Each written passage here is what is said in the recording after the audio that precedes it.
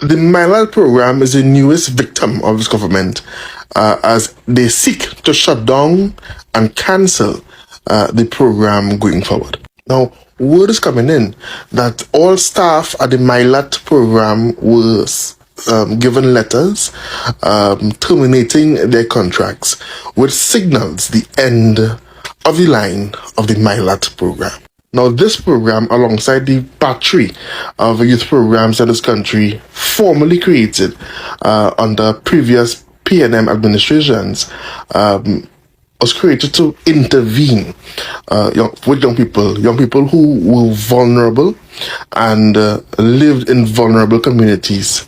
It provided an avenue, a safe space for young men especially to be transformed, to be given another way of life, another avenue of development holistically. So it's speaking about physically, it's talking about academically, emotionally, behaviorally, to prepare them to become productive, good standing citizens and young men in Trinidad and Tobago. We are facing a crisis in young men today.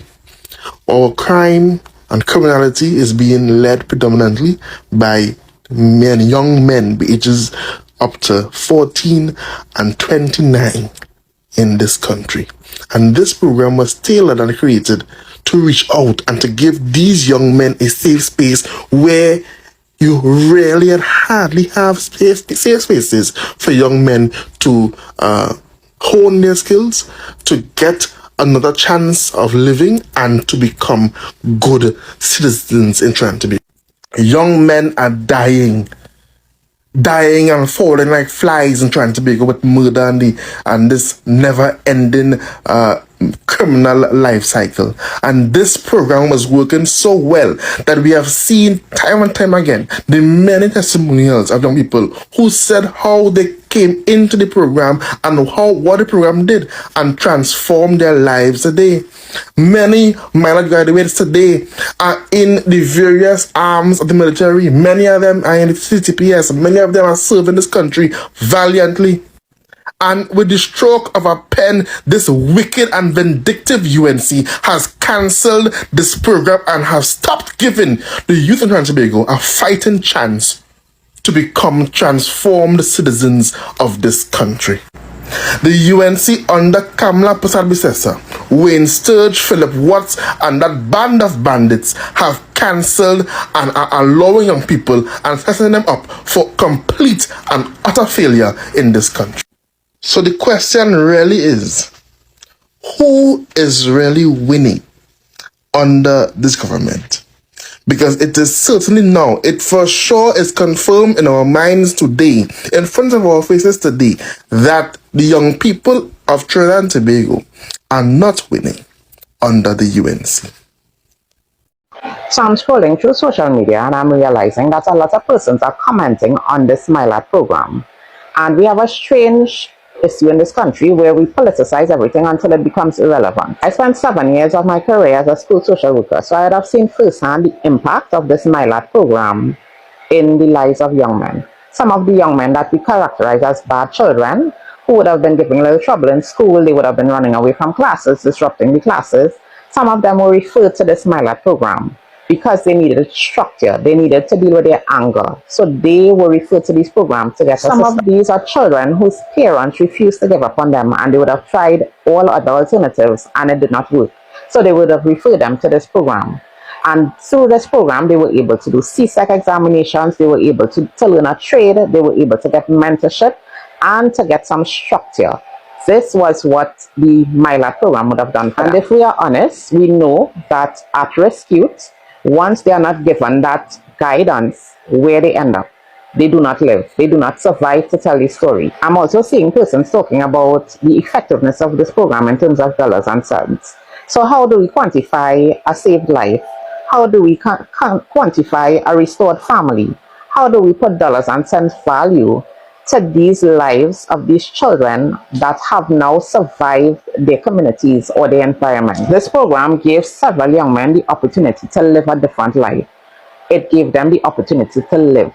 And that's all I'm really asking, for us to consider the impact of this program so that we can have continuity, whether we brand it, once we are able to provide an opportunity for young men, for parents who cannot deal with their children and their behaviors, give them the opportunity to have an outlet to somewhere that they can go to so that they can change the lives of their children, so that their children are able to live and make right decisions. Government just suspended one of TNT's longest running youth programs, and the timeline doesn't add up. MiLAT, the military-led academic training program, has been paused. Defense Minister Wayne Sage called it a financial review, but contracts weren't renewed since April. That's months before Tuesday's announcement. About 100 workers are now without a job, and young men already enrolled, some of them prepared for CXC next year, were left with no plan. This is what MiLAT actually produced. Graduates went from 1 CXC pass to 6 in 2 years. One batch, described as the most difficult in the program's history, went on to produce more than 20 soldiers and sailors,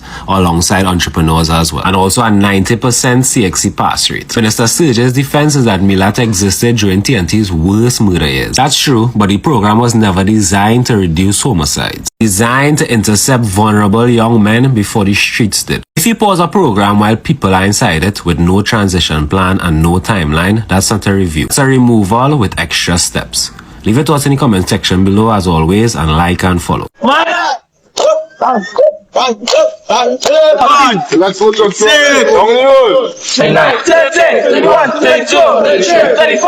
MiLAT, the cadets are trained academically and molded into disciplined, responsible citizens. Through a quasi-military environment, they learn valuable life skills, leadership, and the importance of community service. Our cadets are prepared to confront stereotypes and serve as champions for a new understanding of masculinity. A highlight of their journey is the recent art exhibition, The Colors of Peace, held at the historic Teachers Training College in Mausica. This exhibition, born from workshops on masculinity and domestic violence, showcases the cadets' artistic expressions and commitment to societal change. Sturge, MiLAT suspended, not closed. Unfortunately, it's very difficult to believe Minister Sturge, much less those in this government. Because why would you suspend a program that has been so beneficial to these black youths especially, at a time where UNC supporters are consistently criticizing? But I guess if you want to destroy your own, use your own. Because I have not seen one black minister step forward in defense of this program. Not one male, not one female, none of them. Not even those within the trade union movements who is on the government's payroll as we speak. Null and void. They have said nothing in defense of this program. Not even those from Tobago. Again, if you want to destroy your own, unfortunately, use your own. And don't get me started on the social media influencers, especially this joker who seems to have a problem with black people all of a sudden. Not even those on the radio station would have taken the mantle and defended this program. Not even those in Wassa. So again, and I have to reiterate this, if you want to destroy your own, use your own. I went into MiLAT, and it was so tough that it had persons, they was dropping out like flies, you know, and they didn't see the fruits of what the program really could, you know, provide for you. I saw it in the first time, and I got the chance to go back a second time. And I knew what the program could have given me, what it could have provided for me, how it channeled my mind. I was in this environment. MiLAT offered every single skill set I needed to become a better citizen of Trinidad and Tobago, where I no longer wanted to be that part of the negative elements. I saw a brighter future. I saw within myself some sort of value. I saw that, you know, I could be somebody now, right? MiLAT was offering 6 subjects. I made sure and sit there and attain all 6. Now, even though it's not the best because I might not be as academically inclined as others, I could safely say I got 4 2s and 2 3s. But that 4 2s and 2 3s felt like distinctions to me, because I didn't even thought I had it in me to even pass one subject. Remember, I dropped out of school.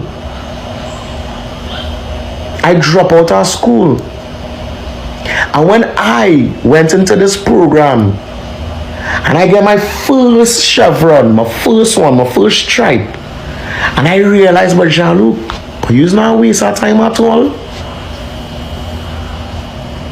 You ain't as bad as everybody claiming to say you are.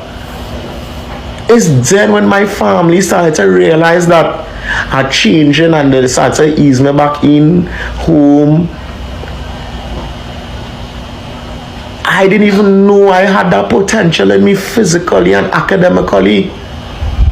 The amount of skill sets I learned to swim, I learned to run, I learned to manage my time by just starting and waking up to do physical activities 4 o'clock in the morning, 0400 hours, making up your bed,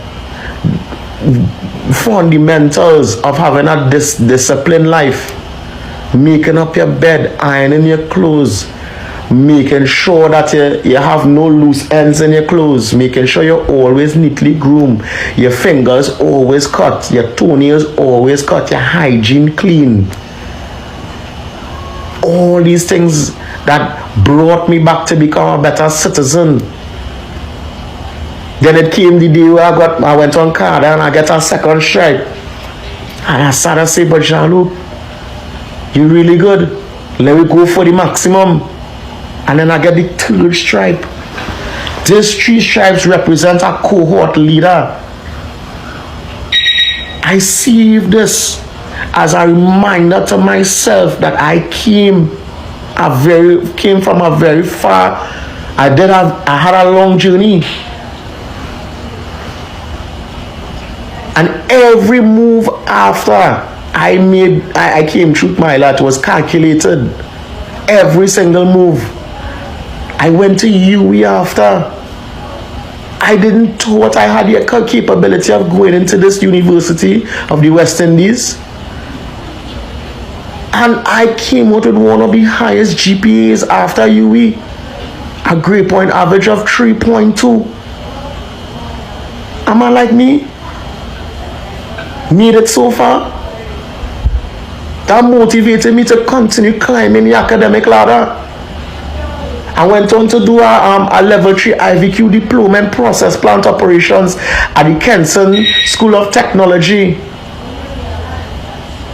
Look at the journey that I take from dropping out of school to where I am now in this organization as a supervisor.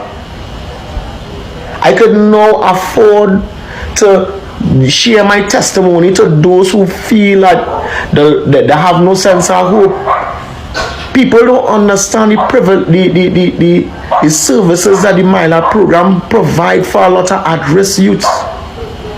I had batch who rather stay inside camp for a weekend when we get to go home because they didn't have anywhere to go to, and MiLAT provided that. MiLAT provided security, mentorship, rehabilitation, education. You never learn to play football, you can learn to play it in there. You never learn to swim, you could go inside there and learn to swim. We learned drill. Drill was the most important and integral part of the MiLAT journey. To feel proud to walk on a tarmac, to march and see people cheering on for you. You was once a rejection, now praised by everybody who thought you was a rejection all the time. Looking prim and nice and neat. You lead and being a MiLAT cadet, giving hope to those who coming up who is 13, 14, 15 watching us on this tarmac in Tetron or going into the Independence Parade. A lot of the at-risk youths who going into MiLAT and all too, their reasoning is because they don't know where to go. They have no sense of direction. They need that big brother that the soldiers and the Coast Guard and the Air Guard used to provide for us. That protection as well too. It even took persons who had affiliations with gangs that they just wanted to find a way to get out of the gang, and MiLAT was their savior. For the 3 years that you reside in there, you know for sure you're no way close to that gang-related activities. For 3 years, MiLAT taking off criminals off the street, potential criminals, and teaching them the way, teaching them that there is a better way. The camaraderie I have with Mike Batch and them till this day, it's like we're brothers. We are brothers keepers. I was staying in a room with 6 men.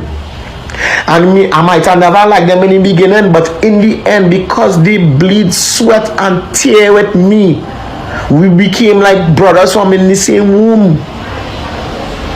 And the government want to suspend my home, a place in Moxica that I just call my home, that bring me back into this, that bring me from the journey that I was coming from.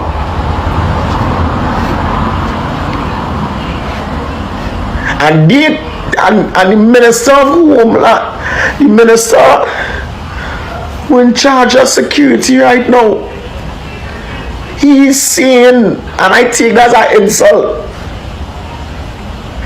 that it's cheaper to mine a person who go in UTT and UE and tertiary level education. It's cheaper to mine them than a person who at risk. So MiLAT gave me that chance to get back my education. Those who go in tertiary education, them don't academically inclined. Them probably had all the provisions to help them gain them passes. I had 0. And because of MiLAT, I now have my degree today. I have a level 3 IVQ diploma in process plant operations. That came from MiLAT. Not everybody is perfect. We just make mistakes.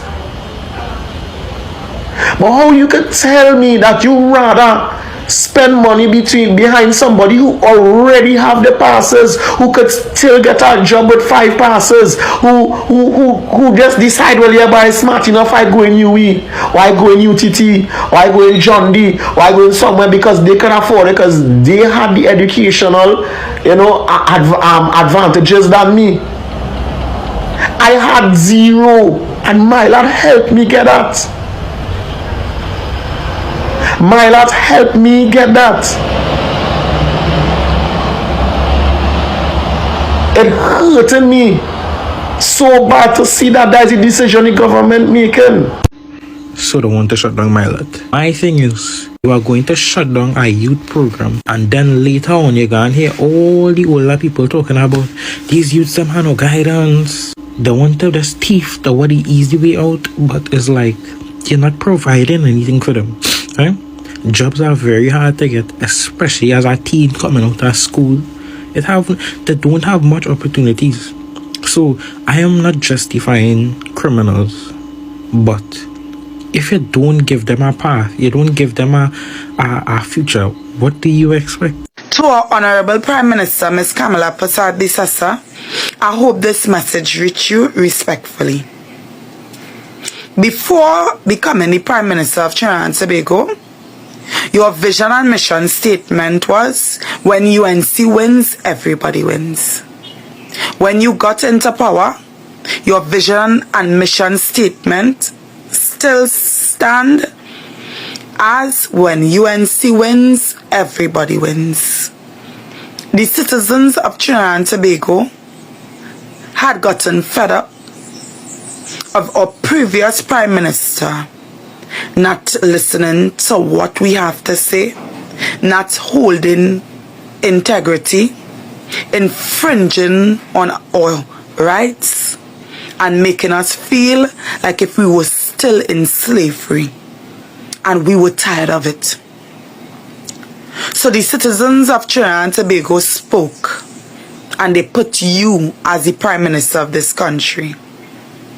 Because we know that when UNC wins, everybody wins. And we know when you say something, you just strive and keep your word. Unfortunately, some of your ministers that you have placed in certain positions are not holding that vision and mission statement as when UNC wins, everybody wins. Some are dealing with emotions and ignorance, and that is becoming to be a problem. And that is highlighting to us that they do not respect you as the Prime Minister of this country, and that is distasteful. Let me explain. The Minister of Sport and Youth Affairs, Mr. Philip Watt, has made one of the most drastic, emotional, and arrogant decisions by saying he's going to terminate the MiLAT and the MiPAT program. My Honorable Prime Minister, the MiLAT and the MiPAT program has helped a lot of youths in succeeding and becoming good representation for this country. Our generation still has good youths that are falling by the wayside. Because why? Some of them do not want to finish school. So the MiLAT and the MiPAT program was designed for the youths to go into that program and get their education. And all of the children who have partaked in the MiLAT and MiPAT has obtained their passes. Some are leaders in the army, some are even partaking in the MiLAT still.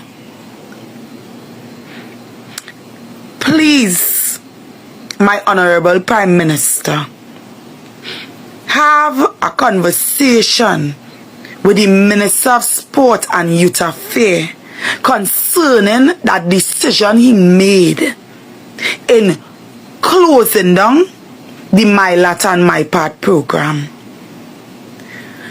Our future leaders need that help.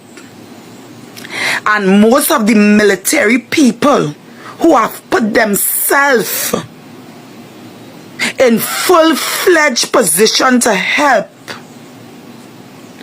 will lose out a lot in what they have done for years for the youths. There are many military representatives that goes to secondary schools and encourage the youths to join the program to help them succeed, because not every child can learn in a school. Some need military training in order to become successful. Not everybody, and you know that, my Honorable Prime Minister, not everybody learns in a school. Some learn privately, some learn in the MiLAT and MiPAT program, some do programs in MOTS, in CCC. All these programs are helpful programs for the youths. Please do not destroy these programs. I am a full representative of the CCC program, of the MUS program. Those programs helped me become the cook I am today. Right? It helped me push my children to obtain those courses. Please don't let them close it down. I also got my passes in school. I didn't get it in MiLAT because those programs was not open up yet. But those programs are very helpful programs for the youths. And to terminate it, or to close it down, or to suspend it is a drastic move that don't make sense right now. Please allow them to keep the doors open for the youths to finish the CXC, for the youths to become good leaders and good members of society. Please, my Prime Minister, I am literally begging, because that program helped a lot of young men. And when you see those young men moving, they move with integrity and with value and with standards of themselves, because the program really helps them understand what a young man's supposed to be. There are a lot of youths out here that does not have a father figure to teach them the right order. Too much youths getting involved in gang-related, affiliated things that don't make sense. Too much bodies keep falling and going down in a ground, my Honorable Prime Minister. Please allow them to keep the program open. And allow your ministers to know that that emotional tactic that they keep going on with not making sense. The youths are the future. They are our future leaders. They are our future representatives. Please do not close down programs that are literally helping them. If the program was a waste, I would have understood, but it is not, my Honorable Prime Minister. The MiLAT and the MyPart program is a program that really making these youths become successful. Please allow it to stay open. If we want citizens of this country, the youths, to become something, let the program strive. Let the program continue to succeed and rise. These military officers sacrifice their time because they love what they do and because they love the youths of this country. Please allow your minister to think before he make these drastic decisions. I pray and hope that this message reach you respectfully. Have a wonderful day. I'm seeing a lot of people not too happy about this on social media. Government's decision to axe MiLAT program sparks backlash over youth support. The cancellation over the MiLAT program has sparked outrage over its impact on the youth development in Trinidad and Tobago. Why get rid of the program if the program doing good? Especially if it's making a big difference in the lives of the young people in Trinidad and Tobago. I know a lot of young people that attended this program who wasn't doing too well, and because of the program, I saw a big change. I saw a big difference in their life. Who got jobs after and who were able to further their education. So, I don't know. I don't know. What's your thought on this? What's up, beautiful and amazing people of Trinidad and Tobago. So, in today's video, I want us to talk about the MiLAT story, the program that has been indefinitely suspended. And you see, this particular news that happened like a couple of days ago has sparked a national debate, and everybody is talking about it. So you see, sometimes you see a government making decisions that make headlines, and then sometimes this kind of headlines, they start to uh, have, or they actually make this national conversation to be, they introduce it to the headlines, okay, something like that. It's only that it has become difficult for me to explain that sentence. So this particular past few days, the last past few days, Trinidad and Tobago has experienced what you call a situation whereby the government comes up with an headline that sparks a national conversation. And you see, the government of Trinidad and Tobago, it announced that it's going to suspend the MiLAT program. And I can tell you that the moment that they announced it, the entire country reacted and everybody started talking about it, from the news, from content creators. I would just say everybody. Of course, some supported the decision, but I can honestly tell you that most of these people were like extremely shocked, and they wanted to know like why has it happened at the moment, what will happen next to the young people, and of course what will happen to the youth that normally depend on that to make them busy rather than to be idle. So I want us to talk about this story, and we will look at the story beyond political narrative. Will not be into politics because it's not associated with it even in an inch. So this story is beyond politics. It's beyond the social media. It's beyond, a particular party. And I can tell you that Trinidadians are asking like a very big question, very many questions. Like, for instance, they want to know like, what is it that MiLAT really represents? Because as you can see, this particular story is not just about one program. It's also about hope.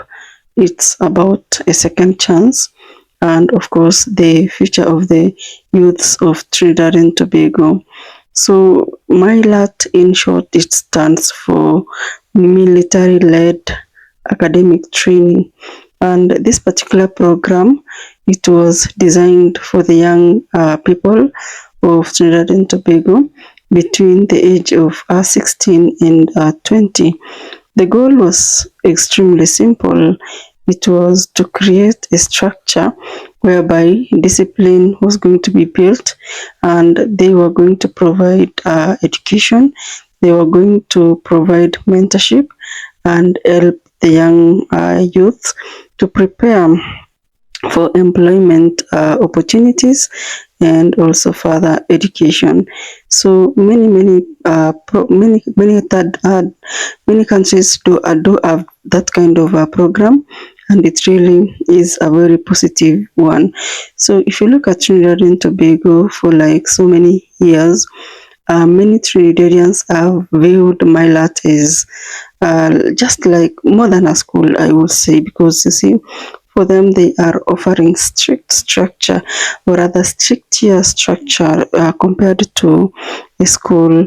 And to them, they view it as another path of actually building a future, especially for the young people of Trinidad and Tobago, who have been struggling in these normal classrooms. Because you see, in such programs you get hands-on skill, and on the other one you just get like theory, part of the education. So, and as you all know, it's not every child that succeeds in a normal or traditional classroom. And some people probably need different environment, different teaching styles, and different mentors. So if you look at the MiLAT program, it provides that particular kind of structure. Now, the government of Trinidad and Tobago is telling all of us that, you see, this particular program that has normally helped the young people of Trinidad and Tobago to be kind of busy, it's going to suspend it, and we will see it in the near future. We will review it in the near future after we've seen the financial situation and everything. So if you look at their reasons, okay, they're telling that it's not permanently closed, but you see that particular explanation, Trinidadians are not buying it, because many of them, they just think about the young people that are currently enrolled, or they recently joined, and then they're being told that they're going to suspend it. And of course, we've seen people that have gone there, they've already started rebuilding their lives, and finding a structure, and then you put in this uncertainty that was never in their mind, and they were never even thinking about it. And you see, it's going to really destabilize them and cause kind of stress.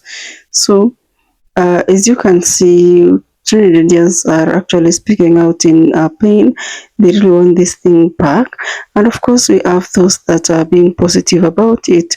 So many leaders have come out and spoken about the issue.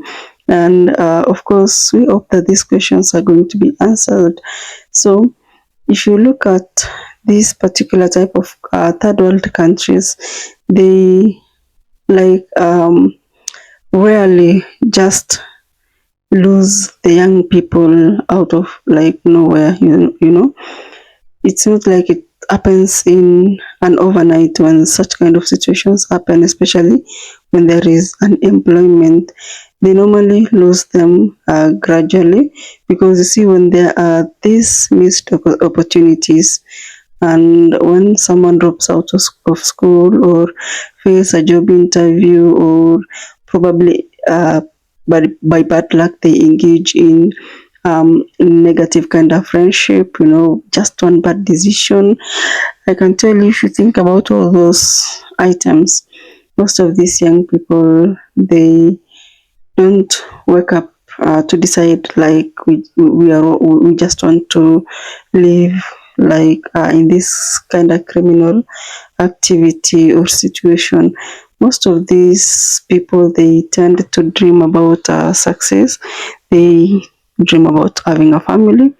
They dream about having a business, and they also dream about making their parents proud. But you see, all these dreams, they require an opportunity, and once these opportunities are not there, this particular hope that they had once upon a time, it's going to fade away. And that is where MiLAT came in, and they really helped these particular young people of Trinidad and Tobago. Of course, it's not like they are perfect. No, it's just like a normal program that has its own challenges. And of course, now that they are saying that they are going to interrupt it, I can tell you that that's not good news at all, because you see, many people have been depending on it for their children not to be idle. So many Trinidadians are saying that whether MiLAT is there or not, we just need to sit down and figure out and talk to our young people, and pray that at least funds be available, so that they can go back, or the program can start recruiting more and more young men and women of Trinidad and Tobago. But I understand MiLAT, most of the time it tends to recruit the male counterparts. So of course, you see, every government in the world, they tend to have a program that is, of course, has to be evaluated, a program whereby the taxpayers' money does matter, and of course accountability does matters.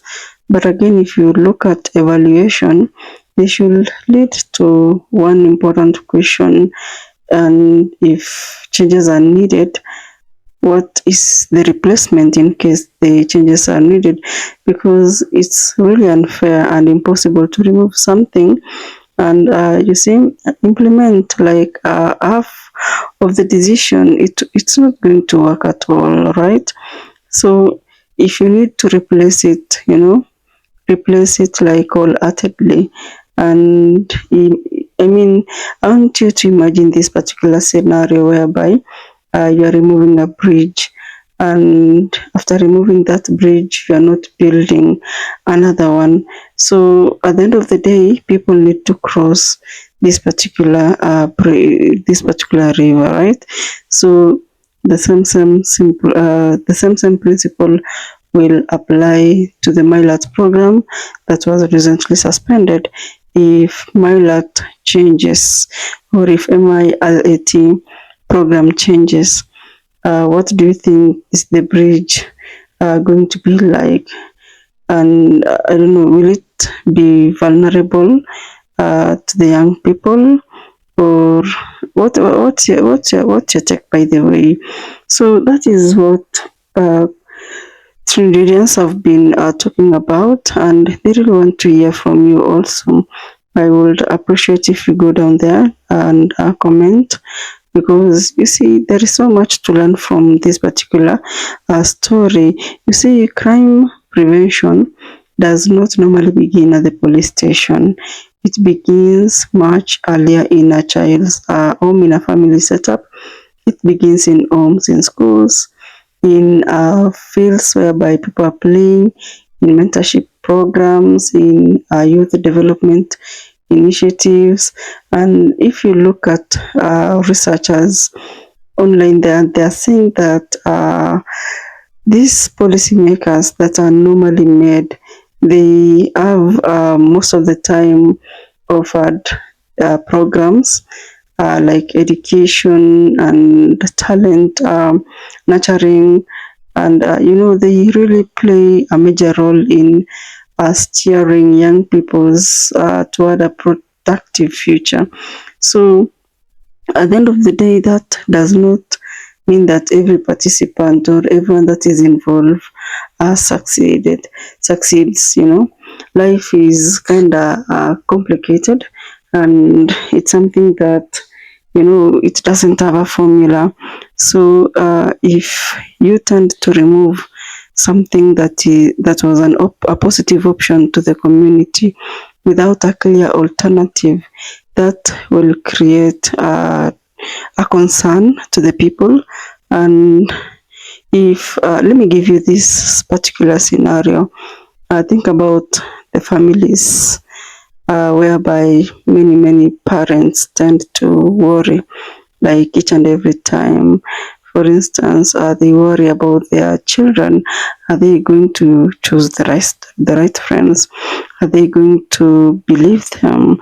So programs like MiLAT, most of the time, they came in and became part of those conversations, because you see, with these particular programs, once you've enrolled your child there, you are going to expect some support from them, and not like monetary support. No, I know you understand the kind of support that we are talking about. So Trinidadians are actually seeing something very interesting, and you see, people are not just talking about the education that MiLAT provided.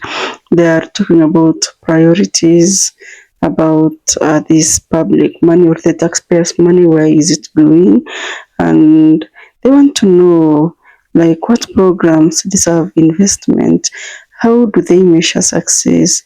I mean, if you look at those concerns that Trinidadians want to know, they make a lot of sense, and they are very healthy questions, by the way, because you see, every democracy should ask such kind of questions, very healthy.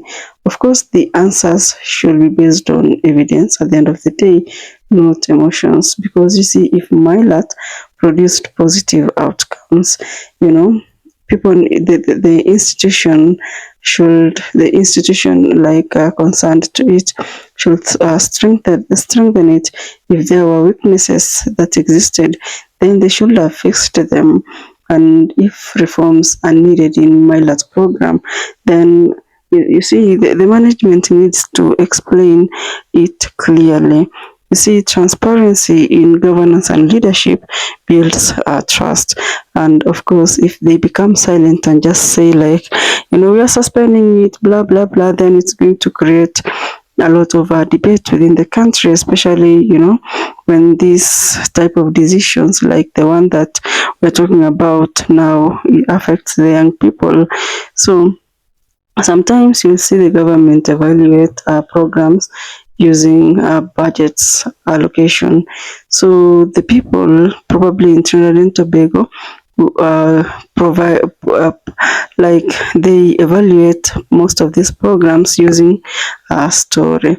So if the government comes in and says that something like the program costs too much, then of course people in Trinidad and Tobago will come out and be like, oh my god, it really saved my son, my daughter, So you see, the government and both the parent, they are actually correct in their own way, and both perspectives do matter a lot.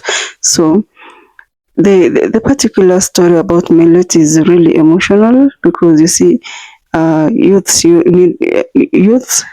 used to get this support like for free. The parents didn't have to pay anything, and their children get this particular education for free, skills for free, that if they even go out, they're going to they're going to apply it and they're going to live well. So behind every policy, there are real people that are involved, real futures. And one thing that Trinidad and Tobago cannot afford to do is to lose young people to hopelessness, whether through MiLAT or any other program. The young people of Trinidad and Tobago need a pathway. They need mentors, they need skills, they need a purpose, because the opposite of crime is not punishment, but rather it's opportunity. Opportunity in this case, it changes lives, families, and communities in a positive way. And of course, opportunity changes nations also, or a country in a positive way. So do you think that MiLAT program should continue in Trinidad and Tobago? And what do you think the government should do on this matter? Because I know people will continue talking, because it's a very sensitive issue and we need to discuss about it. So comment down below, let me know what you think about the story. I really appreciate your presence. I'll see you in the next video.